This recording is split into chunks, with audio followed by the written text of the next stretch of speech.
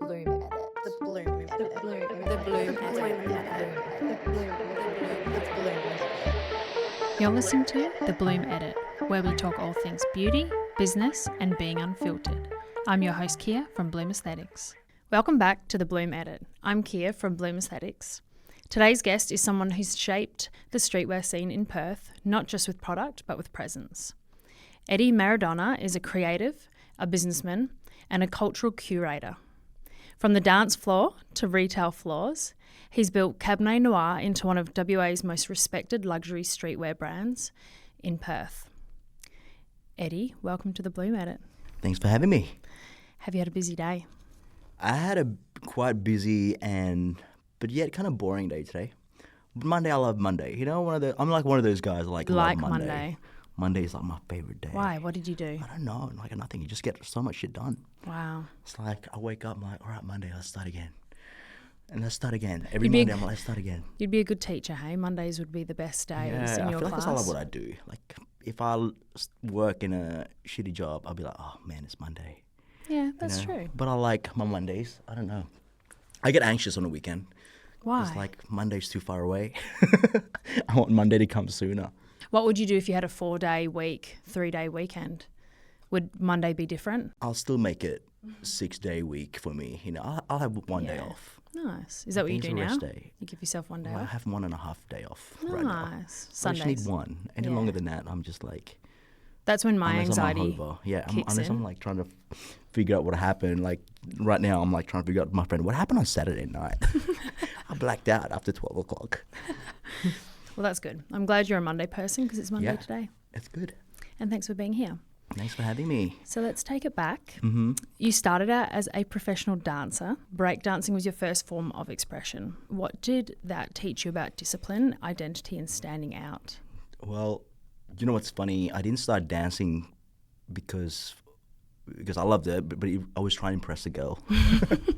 That was like, damn, I feel like, and she was into hip hop, and you know, she's this Canadian girl, and she's like, I love Lauryn Hill, and then I started listening to Lauryn Hill, and I was more like rock and roll, you know, like Blink-182, Offspring kind of guy.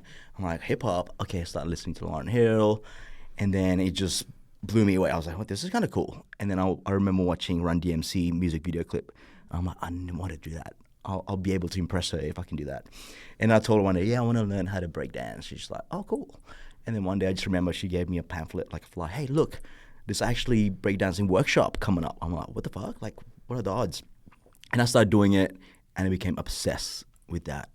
You know what I mean? So I've never seen anything like it. And I remember the teacher, Nico, from Germany, he was just doing the most insane moves. And I'm like, and he said, I've only been dancing for 6 years. And I'm like, and I was 15 or 16 at the time. Oh my God, in 6 years' time, I can be like him? And it's like, I can be like him. He's jacked, good looking. And I'm like, fuck, okay, I need to start doing this. And then that's how I got into dance and became semi-pro. I was competing. Wow. And then 2013, I won the national. I won Red Bull BC1. Wow. Represent Australia for like a few years after that. Yeah. But I wish I was more disciplined. You know what I mean? That's the sort of thing. And I'm like, man, if I knew what I knew now, like, you know, because I now go to gym, I train like with the gym people train like, and I'm like, man, if I was more disciplined, I would have been like way higher than what I was. Do you think it was just natural to you? Like, were you not even as a child? No, I was really bad at dancing. How funny! You're just committed. Really bad. I just remember like, it's so funny because I remember the first people who used to laugh at me when I was dancing. They're like, "Oh, this girl would never make it," and I'm like, "Oh, really?" Like, you know, but I didn't care. You know, I was like, "Look," but I just remember those people who made fun of me, and I started getting better and better and better.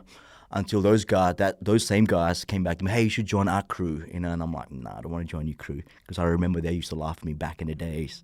And then I joined my own crew, I made my own crew, and we became national champions. Even till now, like, our crew is really well known all around the world. Shout out Zura crew. But yeah, like, you know, that was my life in my 20s. I was literally working retail, part-time, casual, and I was competing, traveling around the world, just doing that. And money was not like my priority at the time. I just want to travel and meet more people and dance and compete. Was that here in Perth? You started that? I started in Perth. Yeah. And then we just started traveling to Singapore, New York, LA, everywhere, Europe, competing. We used to just kind of save up and, all right, this is the next trip. We're going to go to Europe. We're going to go to Switzerland for this event, or we're going to go to this for this event. That's crazy. It was really, really fun. Yeah. And it's kind of like breaking has such a tight community. You can go all around the world and be like, oh, I'm a b-boy, b-girl, if you're a girl. And then they just accept you. All right, you come with us. Straight away, you're hanging out with them in Miami, drinking, partying. They take you to their house. You stay in the house because, you're part of that, camaraderie. Such a good community. That's what I love doing it. And did you find that sort of industry or that world is what transitioned you into fashion? Yeah, that's exactly why I got into fashion, because in a hip hop world, you know who's the better dancers by how they dress up. We go to club, I'm like, oh, those are the elites because they dress like real funky. The way their hat is like a certain way. They have the swag. They like match the shirt with the shoes, and you're kind of like, damn, he's got such a good aura. So we learn how to dress better. Do you know what I mean? Like, and from just doing that, we go to the jam or to the competition. Like those who dress better, we used to make fun people like with like wearing beanies and elbow pads and stuff like that. I'm like, what are you doing? This is not training. We're in a battle now. We're in a jam. We need to dress up, And that's how we get into fashion. I never really, even till now, when people go, oh, how did you get into fashion, dude? I don't think I'm a fashion guy. I just fell into it because we love clothing, we love shoes, and then that kind of like, skyrocketed, like spiraled to this industry that I'm in. It's funny that I'm doing Paris Fashion Week and stuff like that because I came from learning from the street, from what the hip hop people were wearing and understanding the culture and the context behind these fashion people. Like the stuff that you see Virgil from Off-White is doing, the last couple of years before he passed away, that was very hip hop to me. It's more resonated to me with hip hop rather than like with fashion. And now fashion's kind of implementing hip hop culture into fashion, which is kind of insane to see. It's crazy. Yeah. And that's how Cabernet Noir was started. Yeah, I didn't have any experience. I literally, got the money for either buy a house or open a business. And I was 27 when I decided to go, all right, fuck house, because I'll be paying mortgage, just start something. And I've always wanted to have my own shop since I was 18, 19, working at Foot Locker, Adidas, G-Star. We used to say, man, one day we're going to have our own store. So we just kind of like did the research, wrote the business plan really quickly, and then opened the shop. And even then, I didn't know how to get brands. I didn't know how to get products. So I literally have to research how to get products, email people, call people, travel to Japan, I traveled to France, and that's how we got into Fashion Week, because we trying to get the brands, and the only way I know how to do, like back then there was no Google or ChatGPT where you can be like, how do you get brands, or how do you back then you literally have to like ask around and go to the places. I remember my first trip to Paris, literally crashing the showrooms, and I just see the sign at the front, oh my God, this is undercover showroom. Just knock on the door and they're like, hey, I'm Edward from Cabernet Noir in Perth. We have a store. We want to check your brand. They're like, yeah, cool. And kept doing that for 5, 6, 7 years until we established our name. But yeah, kind of like came to the business with zero understanding about how to open a business. I wish there's more courses and stuff teaching you how to do it. I think that's okay though. Like I think these days there is a lot of people out there who do these courses who are literally handed everything on a platter, but they fail because I don't think they have the passion. I don't think they have the drive. But even then, I don't think there's any course will teach you the whole minute things about business, the moving parts of business.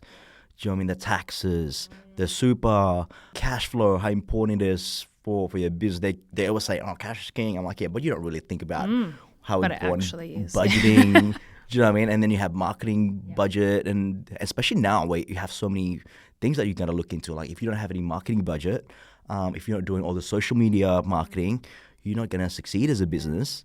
And how do you scale from there? Especially in Australia where they take so much money out of your business. Every business owner knows this, but they didn't teach that. They didn't teach that at school. I wish they had like a course at school, be like, hey, this is how you start a business. Let's learn about budgeting. Let's learn about how, what you need to get how to use your capital properly, So, and how to get financing. So, they need to teach all that. I remember my first appointment with my accountant as a business owner. She's like, so when did you apply for this? When did you set this up? And I was like, I don't even know what you're talking about. Like, she's like, oh, what do you mean? Like, you haven't done this? You haven't done that? And I'm like, I don't know what I don't know. Like, that's how it kind of felt. Like, I don't know. Like, how was I meant to know that? This was a long time ago when, like you said, it's not just sort of written in front of you. Look, I'm still paying my taxes from 7, 8 years ago. Do you know what I mean? It's kind of like, and it was like, we had a bad accountant kind of like, man, but I wasn't kind of micro, like looking into it in detail, so I just kind of trusted him.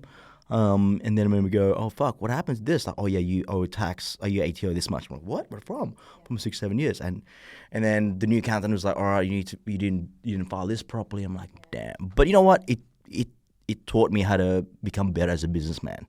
You learn the hard way. That's why most successful entrepreneurs either gone bankruptcy once because they know they know what not to do anymore. They learn from the mistakes, expensive mistakes. But I don't know any successful entrepreneur just made it straight away. Even those who made it big and they will eventually crash, then they can learn again. There'll be very few successful business people that kind of like had a cruisy and haven't made mistakes that they've learned from. Yeah. I don't enjoy making mistakes, but as soon as you notice it, like you obviously pivot or whatever you need to do and then reflect back and go, well, what could I have done differently so this doesn't happen again? You'll never make that mistake. Well, hopefully you'll never make that mistake again, but happens to the best of us, hey? I know, it sucks. So you've created a space that feels like a luxurious gallery, but still has that street edge. What was your vision when you first opened your doors in 2013? Initially, I try to follow the blueprint that's already out there. There's stores like N Clothing and Kith, Dover Street Market. I was like, all right, I want to be like those guys. But what I learned was, like when you have a restaurant, not every restaurant with the same menu will work a different region, right? So it's kind of like the same thing. I look at my brands and my products kind of like the menu of the restaurant. Do you know what I mean? Some dishes don't work for our market. We can't sell grade A5 Wagyu all the time. So we need the chicken, we need the fish, we need to give the understanding of what people will wear here, what they will buy here. And that's the thing, like and I have to stay true to like what I wear as well. I do like the weird fashion stuff, but also I'm quite street, like my hip hop background. So that sort of stuff, kind of like the stuff that I want to sell is what I want to wear. Do you know what I mean? And kind of like what I want to bring also products that no one has seen before, and the stuff that I see everywhere else in Europe, Japan, America. Because I was so sick and tired of people kind of bagging about Perth. Like, Perth has no style. Perth fashion sense sucks. I'm like, well, do something about it then, instead of complaining about it. I think not much creativity has historically come from Perth. We are actually pretty open about what people wear. Like I've found times when you can pretty much wear what you want here and you won't get judged. People don't look at you funny, right? Well, 20 years ago when I was a kid, yes. Yeah. Do you know what I mean? Now, like now it's like they look at you. I remember like who was it? My colleague was like, hey, do you get like random people asking you about like your earrings, stuff like that? Do you get like people kind of not bully you but like make fun of you in public? I'm like, dude, the funniest things? I go to a pub and I see bikies like, mate, I love your painted nails and your earring, oh, cool, bro. Like, what I mean? Like back in the days, the same guy would probably be the same, hey man, what are you wearing? Are you gay? Are you fat? Start calling me names and stuff like that. Yeah, that's what I mean. I think Perth's evolved. I think we've come a long way in that sense. I've definitely been to other cities around the world wearing what I thought was pretty normal, and you get some looks like. And I think here you wear the same thing, and it's. I kind of like it though. Yeah, I like it. Remember me. The weirder the better, I think. Yeah. So how do you choose the brands that you bring into store, and what makes it cabinet worthy? It's a lot of tests, trial and error. Sometimes I like it, and like the brands that I love the most did not work in Perth. Like, we tried Sakai, and Sakai's one of my favorite designer.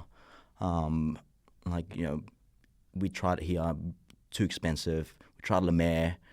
It was really nice, too expensive, and people can't justify it. They always buy it on sale. So it kind of like we have to find the right balance of like commercial products and also like fashion elevated products. And I work with the 80-20 rule. So 80% has to be commercial, like stuff that we can actually sell. 20% is stuff that I like, not necessarily sell, but statement pieces. They'll bring people into the store, because if you just sell T-shirts, hoodies, kind of like, look, it's boring. Do you know what I mean? I want to be able to sell something crazy, exciting statement pieces that people be like, oh my God, I bought this from Noir. I still get customers coming in. I remember that piece that I bought from you 2022. I'm like, oh yeah, I remember that piece. Because I remember every product that we brought in. Do you remember this? I'm like, yeah, I remember those pieces.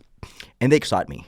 Not just selling basic stuff. And I think you need that mix, like you said, because if you didn't have that 20%, then you wouldn't be unique. You wouldn't stand out. You wouldn't be memorable. And I even tell to the up-and-coming designers, hey, when you're building a collection, it's 80-20 rule. 80% commercial pieces, 20% your runway looks. Don't make it too much of your runway looks because your brand's not going to grow. Like, produce colors, colorful stuff. And then at the same time, I know your blacks and your neutral colorway is going to sell, but introduce other colorways as your editorial campaign, looks that you want to push as ads or whatever to kind of represent the brand. Have the Labubu outfits been your idea? Yes, and I still don't have Labubu yet. So but I'm like, I need to capitalize on this. Labubu trend is going to die soon, so I might as well make some clothing for Labubus. I had a client come in today, actually, and she's obsessed. She had a little Prada Oh my God, yeah. outfit. Yeah. She's like, I've got this one. She's like, I've got one to match my Dior handbag. That's so She's cool. obsessed. And I think it's almost like the accessories cost more than Yeah. Labubu. She's like, my favorite So- is what is it like? She said the unicorn. She said there was all different types of Labubu. She's Apparently, like, there's a male one that's like called Shimomo or something. They're like, do you have a Shimomo? I'm like, dude, I just found out what Labubu was. Do you know how I got my Labubu? It's the weirdest story. My receptionist, or she was my receptionist then, she's now my nurse tomorrow, she got a Labubu. She waited ages for it in the mail. She did a TikTok on it, like unboxed my Labubu with me. A couple of weeks later, she got a Labubu in the mail, in a box addressed to her home address. That's so good. She opened it and it was the same colour as the one she already had, so she gave that to me. But she was like, she had no idea who it was that sent it to her, some creepy man in Queensland. So Look, now I got her. I'm open. You can send me a Labubu. Yeah. If you've got extra different colours, I refuse to buy one because that man is already rich enough. And, but like, hey, look, I'll have a Labubu. Put it in your own clothes. I'll put a Cabernet Noir hoodie on. Well, there's a real art to customer experience in your store. You once described it as like fine dining. Tell us more about that approach. I keep saying to my staff, it's like, look, how I love fine dining experience, especially like the Michelin star. People like think it's wanky. I'm like, dude, I love it. It's a whole experience. My mom hates it. She's like, what is this? Why is the course taking so long? Because it's 3-4 hours sometimes, like 5 hours sometimes, Like, Mom, it's like there's a lot of thought. Art. Every dish is a lot of thought behind it, and you have to like, there's a particular order you have to eat it, and you have to eat it a certain way. You match it with the wine. Like, she doesn't care. She's more like big Italian food meal type of gal. Well, for me, it's like that experience, right? When you come into the store, I want them to be served like they hopped into like a fine dining, but more of a relaxed fine dining experience. So I look at the brand or the products that we sell as the dish, right? So if they pick up like a shirt or something or a piece, and they're like, oh, this is by this designer. The designer is into this. So once you understand about the product, you're no longer just buying the shirt or the product, right? You're also buying the emotional attached to it. So now it's this 550-gram Japanese French terry, and they're like, oh, that sounds fancy. Put it on. And then once they put it on, how do you feel? And I always said, how do you feel? Oh man, I feel good. I look good. I'm like, well, exactly. And once you have that sort of emotional attachment to it, same thing with fine dining, right? They come out, the chef got this beef from, some Kobe, whatever, and we process it like this, we cooked it like this, and the chef wants you to eat it like this. And that $50 bite now worth a lot. Yeah, worth it, right? Instead of just like, what is it? I don't know what it is. Yeah. So it's the same thing. Once I have an understanding, so we educate the customer, and also we make them feel good. As soon as they walk out, they feel good. That's the thing that we always want to make. Like when you're spending money with us, we want you to be happy spending money. Do you know what I mean? Because now you feel good. Like I get like people will still come back to me, hey, I only wear your stuff for important stuff, for like occasion stuff. Because I feel good, and like it's all about emotion. And I think some people could be potentially splurging on that item of clothing, right? So you've given them that experience, and they feel really special, and they've sort of been led into that world, even just for like half an hour. Yeah. So I think that to them is that experience. We find that in clinic as well. Like our clinic's nice. Like people love coming in there just for the experience, They can also talk and like have someone to conversate. And I love going getting treatment too. Like then I can just not only like getting face down, whatever, but I'm also like letting go. Yeah, it's therapy. It's therapy. That's what it is. There's a lot of value to making someone feel special as a customer. Makes them want to come back, do it again. What do you think in Perth is limitations within your industry, like in fashion? I think the limitation is Perth it's not in our culture. Like fashion is not really in our culture. Do you know what I mean? It's like because the weather's so good, it's always sunny all the time. But if it's raining and gloomy, people tend to wear more layers and also so relaxed. And I feel we need more encouragement of dressing up, dressing better. You know, we need people to kind of like, hey, encourage people. Hey, let's dress up. That's why we run parties called Exchange, events called Exchange, where we encourage people to dress up. So we do themes every season, encourage people to kind of like put a bit of effort. Because now everyone looks the same, especially now the Gen Z, right? Like you look at the Gen Z or whatever gen it is now. There was like a whole TikTok that I saw the other day, like in New York, like the girls wearing exactly the same thing, like blue jeans, black top. You know, they're all wearing the same thing. Same with the boys here. You go to festival, and all the boys wearing those like checkered button-up shirt and jorts and the same shoes. And they're like looking the same. You know, back then if we look the same, all right, we're going home. One of us gonna get changed. Do you know what I mean? So like, again, it's different culture, but I think we need to go back to that sort of standing out more and being individual, encouraging people to be an individual and not be scared. You know, I get so many tattoos because I'm so sick and tired of people recognizing me wrong. Like, oh, I'm like, but now they're like, no, I'm like, oh, that's Edward, you know, from my tattoos. So here on the Blume Edit, we talk a lot about skin, self-care, and the connection between how we feel and how we present ourselves, which is kind of what we're talking about. So what's your take on that as a man in a very visual industry? 100%. I'm kind of lucky. Like I have really bad skincare routine, but I'm like, you know, people still compliment my skin. I'm like, dude, I have the worst skin. I go to the sun, I get tattooed, and I'll go straight to the ocean. Even though my tattoos say don't do it. You know. Good genes. You've got good genes. Oh, my mum is like, she's 73 and she still look 40, 50. Yeah, I bet. And I'm just like, damn, man. And she never goes out in the sun. I go in the sun all the time. But I think like how you look after yourself is so important, because then again, it's like the discipline thing, right? Like, if you don't look after yourself, your hygiene, everything, like, I don't want to get to know you. It shows your respect for yourself as well, doesn't it? You know, if you take care of yourself, people know that you love yourself. You know, you want to look good. You want to look your best. We're peacocks, right? Like, for me, like, as a guy, like, look, the male peacock's the one with the big feathers, not the female peacocks. So why don't men peacock more? Why don't we look after our skin more? Like, you know, every time I do, like, my skin stuff, you know, they're like, oh, they do it for guys. Yeah, they've been doing it for guys. You know, the guys just not like encouraged to do it. Yeah. They think it's a girl thing. Yeah. But it's so good getting your skincare done. Is there anything that you said you don't have a good skincare routine? That's okay. You don't need it. But I do love getting it done. I just don't have the time. Do you have anything that you sort of like to do religiously or not really? I just discovered face sculpting. It was so good. Like, I had my jaw massage. I had like all this lactic acid apparently built up. I didn't realize that.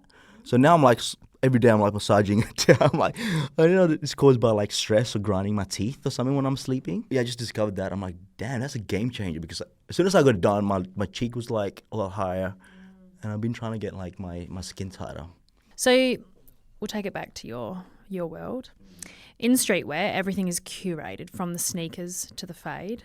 Do you think modern men are becoming more intentional with how they care for themselves? Yeah, absolutely. Well, especially in my world, and like, it's no longer just the clothes, you know, in how you look, you know, your body shape, and like, you look after yourself, you go to gym. Even I was talking to one of my colleagues at work. I'm like, dude, we can't get too big. We just don't look good in clothes anymore. Like, let's tone it down a little bit. Let's tone the working out a little bit. But I think it's so important for men, like I said, like, to get into fashion. Like, when I go to, that's what we love, going to Fashion Week, because the guys are really, really pushing it, you know, and sometimes more than the girls. We're like, damn, the guys like standing out more, and we need more and more of that. Like, now you see it more. I think TikTok's really helped a lot for men to get inspiration from, and I'm loving it, because, you know, the style is so much better now. And be kind of similar to what you like. You said you like unique, different things. And I see like I get inspired from the young kids now, from what they're wearing. Do you know what I mean? Oh my God, the young kids wearing this? Like, they wear, and I'll ask them too, like, so what are you guys wearing? Like, you know, what do you like now? What sort of like stuff do you wear? And they'll teach me more about the brands they're into. Like, oh, I love wearing this. Then I get to research what they're wearing, what they're like, and then go back to drawing board, go back to the buying team. All right, this is what we need to buy for the next generation. We're not.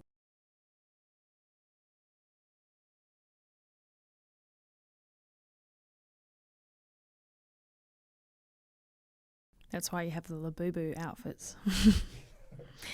If you could give those younger guys, I guess, advice about showing up, not just with style, but in self-respect, what would you say? Just don't care what people are saying about you.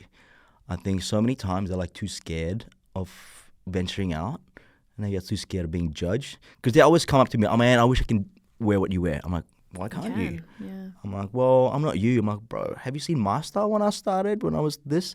You know, it takes time to get confident in wearing different stuff. For me, my style changed so many times. Like me in early 2000, I was in all grunge kind of vibe, and then I went to the hip hop phase, and then I went to the semi-goth phase, and then I went into the workwear phase. So just like I tried so many different styles until now I'm like, all right, I can still rock those styles. I just feel like how I'm feeling. Oh, I'm emotionally feeling like this, so I'm going to wear this. You know, I feel a bit toxic today, so I'm going to wear my chains and my handcuffs and stuff. So yeah, I think they just need to kind of experiment a bit more. Do you find your tattoos are a way of expressing yourself, or? I don't know, my tattoo just becoming more like how I see myself aging and leveling up. I think the more I leveled up, the more I feel like, you know what, I deserve, it's like a warrior mark, you know, like I feel like I deserve another mark on my body. Like the more mark I get, the more I feel like I've accomplished things. I feel for my tattoos, obviously as a female, tattoos are a bit different. Like you were saying earlier, on the hands especially. I think for me, it's like taking back that control of what I can look like. It's not stereotypical, especially not in my industry, and especially not in healthcare, cosmetics, things like that. And it doesn't. I mean, it might make me be stereotyped, but I don't think it does, because then I contrast things with other. You know. That's the first thing I like when you came in. I'll look at your tattoos straight away. I'm like, all right, and straight away, like, it gives me an impression of who you are as a person too. Do you know what I mean? You don't really care what the society going to judge you as. You're more like, you're not traditional type of person. You like to break the rules. You know, these are kind of like things that I gather just from like looking at people, and you know, look at the way they dress, you know, like how present themselves. You kind of like, you know, you're a mix of established with the way you wear, very elevated, and with the tattoos. Because kind of, she's a badass boss bitch. Well, exactly right. And I have had people ask, you know, I've had other females, like I was getting my nails done one day, and this girl next to me, she goes, how do you go with having hand tattoos at work? And I said to her, well, I'm fortunate enough, I work for myself. And she was like, oh yeah, I've been thinking about it. And I'm like, to be honest, like, it really would probably depend what industry you're in. But now that I'm my own business owner, I don't care. I don't care what people Also, like, you only live once. You know, if you've been wanting to do it, you're not going to get another chance in the next life. So much do it and regret it. It's fine to do it and regret it. Yeah. I have so many regretful tattoos. I don't even cover it. I'm like, hey, that's funny. I was going to say, when people get them removed, I'm like, no, you just do more around it. Yeah. You take away the It becomes like a photo memory, right? Yeah. You're kind of like, oh, I did this because this girl broke my heart. You've taken a local brand and connected it to global energy, from Paris fashion shows, as you were saying earlier, to national recognition. What keeps you creatively fueled? Again, like the way fashion's moving, it's already fast enough. So that keeps me motivated. That keeps me creative no matter what. Like, you don't just stick to what you know and do the same thing over and over again. Even us, our new store is our third store. So every 5-6 years, I want to relocate. You know, every 5-6 years, I want to rebrand. Every 5-6 years, because back then the thing was every 10 years you rebrand, or every 20 years you rebrand. But now it's like, it's so quick. Every 5-6 years you have to rebrand, as you know. So we can't, just because the next generation comes around that time. People from like 5-6 years ago now grown up to, they're doing more adult things. They don't buy clothes as much. So now I'm targeting the next 5-6 years of the new youth coming in, discovering our brand, because they're walking to the cabinet. Oh my God, how long you guys been around? I'm like, well, 12 years, you know. And they're like, what? I'd never heard about you guys before. And they're my customer that I want to build with. You know, and I want them to be repeat customers for the next 5-7 years until the new wave comes in. It's always like that. As a business, you're going to look at like 5-6 years of like span. And you yourself, you said you've gone through trends. So even people who might be long-term customers of yours sticking with you, they might go with that change as well, you know, like maybe they want 100%. Or maybe we don't even connect with them anymore. Yeah. Do you know what I mean? That's fine. Like, you know, what we're selling is not for you anymore. Do you know what I mean? But it's for these new people that are coming into this culture. So it's fine. Like, you know, people grow, people change. Like, you know, their dress sense changes as well. What misconceptions do people have about streetwear, or even you as a person? Streetwear is kind of like, I know we hate using that term now. When it first came out, it was like the term to use, it's cool, streetwear. But now that term became like more of it's not really like a sense of diminishing like the fashion, I guess. And then it changed to urban, which we hate even more, just trying to commercialize the thing, So like, back then streetwear was kind of like a way to kind of like t-shirt and hoodies and stuff, and the way we look is streetwear, right? And then you have the skatewear and all that stuff. But like, I think streetwear was tied in with the hip-hop culture, but now we don't even use that anymore. I don't know, like the stuff that we see now, like even if I talk to the kids, I'm like, they don't even know what streetwear means because we don't use that term anymore. So that term's already kind of gone now, because if you look at the way Louis Vuitton was or even now with Pharrell Williams, and before that Virgil Abloh, they basically brought streetwear into it. Like Dior was basically a streetwear brand. Like, like Kim Jones was using Dior to launch, like look at Balenciaga, it's very streetwear, but it's a luxury house. But they never used the word streetwear, you know what I mean? So they used contemporary fashion.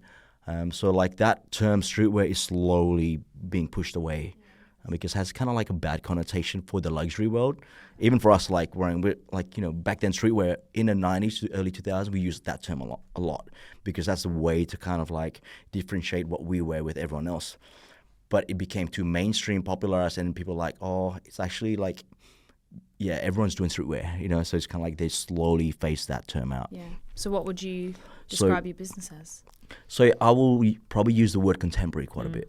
We're a contemporary fashion, multi-brand store, retail store with our own vertical in-house brand. You know what I mean? It's kind of like, but like, the vertical brand, our own brand is what drives the business. People want to wear our brand more than other brands. To a point where I'm like, we used to have 100 brands in our store. Now we're narrowed down to 20 brands. We don't need that many. It's like having those Chinese food. I'm like, you don't know what to pick.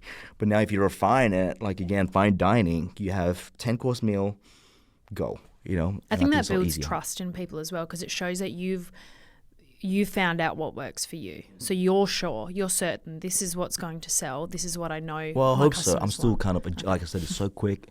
And every season I'll make a mistake. I'm like, damn, why did I buy that brand?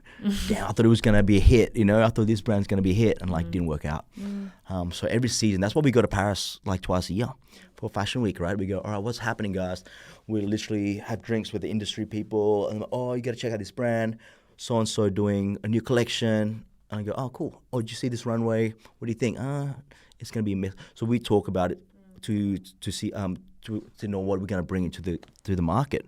And then if it didn't work, we go back in. Oh, man, that brand I picked up last year, we said it's going to be good. That was shit. You know what I mean? I dropped that off. It's like, oh, yeah, me too, da-da-da. So these are the conversation we need in the industry because, like, we as the forefront leaders of the industry, we kind of dictate what is going to be in the market, but it doesn't mean it will sell. So we will tell you, oh, cool, guys, this is what's going to be huge, what we think is going to be huge. And then whether the market reacts to it or they love it or they hate it. And then we'll go back to drawing board. That didn't work. Let's go back to, this that worked out 2 years ago. We'll bring it back again. So that's the sort of stuff that we constantly bring in. And you reckon that's like an annual sort of thing? Do you think that kind of... We have to do it every 6 months. It's like winter, like there's, 2 markets. We have to do spring, summer, and autumn, winter. And then same conversation every season. I'm like, all right, what's going on? What's new? What's the price point going to be? Oh, price point is going to be important this season because everyone's got no money. All right, let's bring a cheaper brand. So that's the sort of conversation we get into. Have you found that the cost of living has affected? Oh, 100%. Yeah. Every sector. I'm not sure what it's like with you because it's essential business, but is it? It's such an unusual space because I think things have just changed. I think people's priorities have changed, but the way you feel about yourself is actually getting more important. So I think people are using my industry as I feel so much better about myself, and it's like an instant gratification. And we are busier than ever. Beauty, I feel like the forever industry that will never get out of business.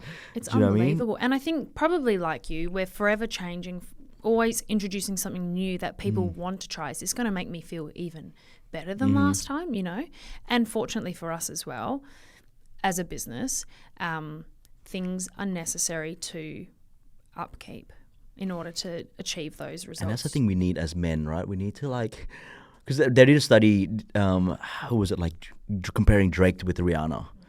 Drake is bigger in terms of personality and all that following, but Rihanna makes way more money than Drake because of the Fenty brand and everything, the beauty brand.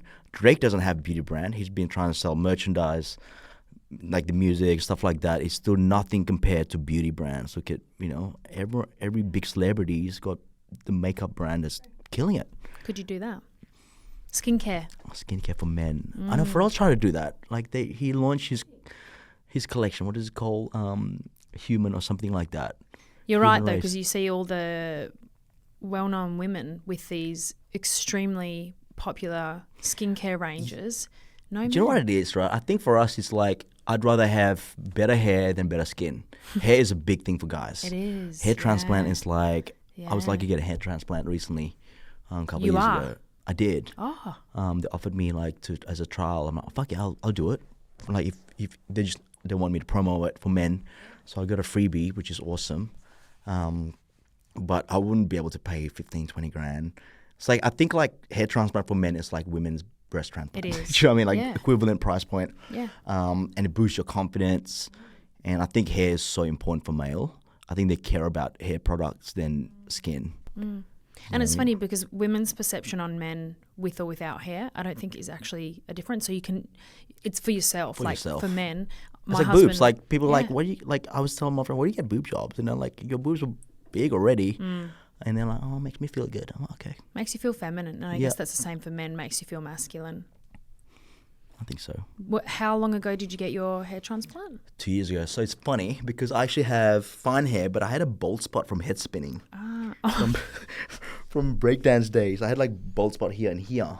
And that was being like concern, like not like kind of annoying me. It wasn't that bad, but it was just annoying seeing it. Like it's a thin patch. And I'm like, people's like, why you got a thin patch? I have to show people, look, I've got a thin patch because from head spinning. Yeah, wow. Just constant abusing my. The hair follicles are just like, It was just callus built up, so there's no blood can go in. Yeah, Even yeah. after the transplant, like some of them falling out because they just couldn't maintain. It was just calluses on there, and just really hard to keep hair on it. But fix it a little bit, makes me feel good. Back then, I was like, when you're young, I just want to impress girls. I'll head spin everywhere on the concrete, on the road, in the club. Now looking back, You're I like, was so "Damn it." stupid. my hair. My hair, my poor hair. So you've been slowly expanding from sneakers and fashion into categories like grooming, footwear, design, eyewear. What can we expect next from you or Cab We're actually working on our Activewear brand. Again, Activewear is such an Australian like fashion, right? Like when I went to Paris, I was like, man, none of the girls here wear Activewear. I was like, yeah, bro, we don't like we don't wear Activewear outside of the gym. If you wear Activewear in Paris, in the streets of Paris, they'll look at you funny. They'll be like, what the fuck are you wearing, But here, it's like, you have every excuse to wear Activewear. I'm going to get coffee, grocery, put Activewear on. Such a big market in Australia, so we're actually launching our first women's wear collection for our Activewear brand. So we've got Bailey Saltmarsh, one of my best friends. She's amazing Pilates teacher, Miss West Coast winner. Do you know what I mean? She's a gorgeous girl. She's going to be the face of our brand. And I've got a few ambassadors that I've got on board as well for the Activewear brand, which is going to be a really exciting journey because we're trying to implement what we know in fashion but into the activewear space, which is completely different. It's not about, coolness or whatever. Like, not about luxury anymore. It's more about the shapes, how you fit and how it makes you look good and stuff like that. Is it going to be good to work out in and what colors to bring? These are the sort of questions we get. What sort of scrunchies, no scrunchies? These are the questions I'm like, I asked 10 different girls what they wear and they all gave me 10 different answers what they want to wear. Yeah. So it's just a different world. And there'll be even something you've probably forgotten about. I had a client come in for her appointment today wearing a tennis skirt and it had built-in shorts, and I just thought it looked so cute, but she wasn't going to tennis, but it was a tennis skirt and it just looked so cute. No. Yeah, I was like, Get my have you been to groceries. tennis? She's like, no, I just walked here. Yeah. Well, why not? Why not? I mean, it's so normalised. If you go to everywhere along the coast, everyone's wearing activewear. WA, I think. WA mainly. Well, Sydney's like that too. If you go to Bondi, everyone's wearing activewear. So finally, what's one thing you're still learning even now after more than a decade in the game? I'm still trying to find the right, I call it the cheeseburger product. You know, every brand, every business need that one cheeseburger product. Meaning, like, if you go to Hungry Jack's, they have that Whopper. If you go to McDonald's, they have Your signature. Their signature. They're known for that one thing. Instead of trying to focus on trying to create as many things possible, you're trying to nail that one product that will represent your brand for the next 10 years. We haven't really hit that. We've had like a little bit, but nothing be like, whoa, that's the Cabinet Noir product that gets us globally. So you're close, but not quite there yet. Close. We're like, all right, almost hit the mark, almost hit it. But we haven't really nailed that product to a point where, like, I mean, our logo shirt is there all the time, but it's kind of boring for me to keep releasing that. So for us, like, all right, what's our next cheeseburger product? That's something that I've always had in the back of my head, like constantly thinking, what's the next cheeseburger that's going to last for the next 10 years, is going to sell thousands and millions of pieces.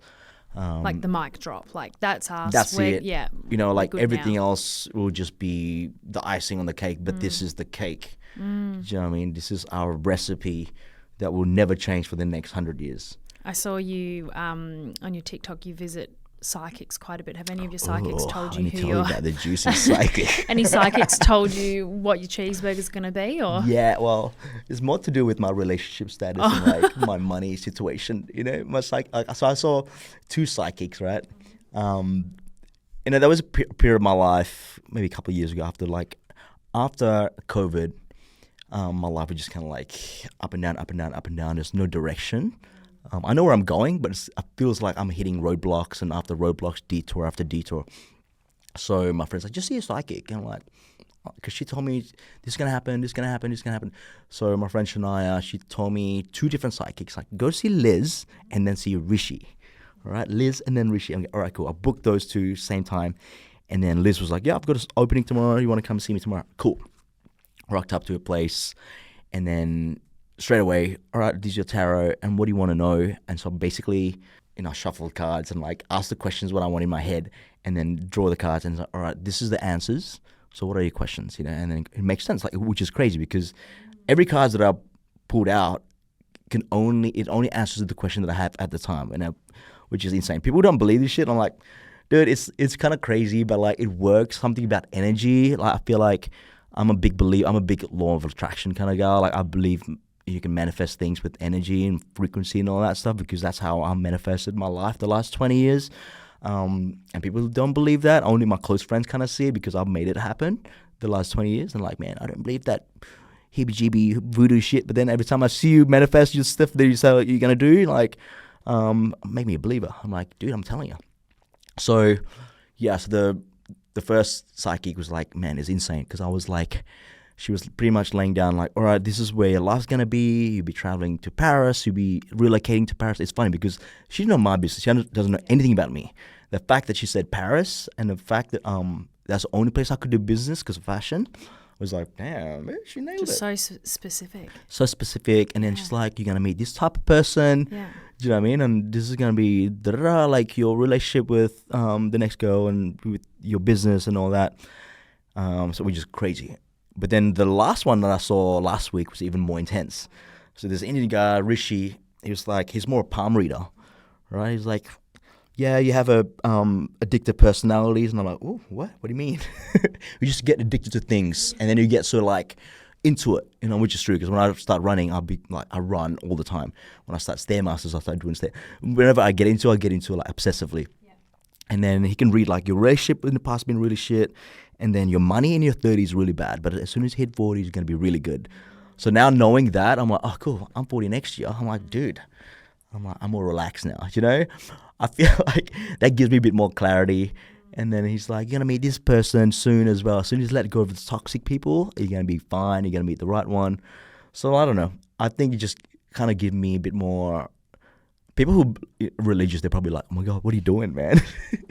I think until you've had something happen to you or an experience, it's not hard to believe, but you can be skeptical until it happens to you, and then you're like, I'm just open-minded. I wouldn't say I was skeptical, but I definitely hadn't had any experiences in that side of the world. But I went to a medium a couple of weeks ago. I went in Hey, with what's an the difference? open mind. Okay, so I'm pretty sure, someone's probably going to prove me wrong here. I'm pretty sure a medium talks to spirits and energies. Yes. And a psychic tells you the future.